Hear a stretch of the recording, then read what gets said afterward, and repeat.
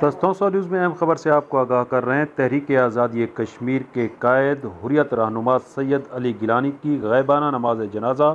سابق امیر ضلع پروفیسر عطا محمد جعفری کی امامت میں مسجد جماعت اسلامی تونسا شریف میں ادا کی گئی۔ جماعت اسلامی تونسا شریف کے مرکزی ذمہ داران نعیم اللہ عربی ایڈوکیٹ، نائب امیر ضلع امیر شہر اعجاز حسین لنگا، مولانا معین موسیٰ خیل، ڈپٹی سیکرٹری جنرل ضلع ڈیرہ غازی خان، ساجد حسنین کھوسا، صادق کریم، کارکنان، ارکان اور تونسا کی عوام نے غائبانہ نماز جنازہ میں شرکت کی۔ پوری صدی کا واقعہ ہے کہ 1953 کے وہ شخص مقبوضہ کشمیر کے اندر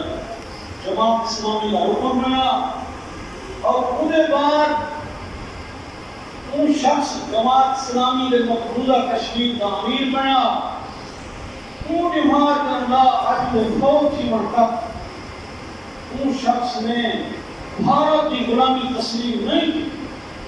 بالکل بابان کے دور وہ شخص نہیں نوجوان برزدار آواز دے کریں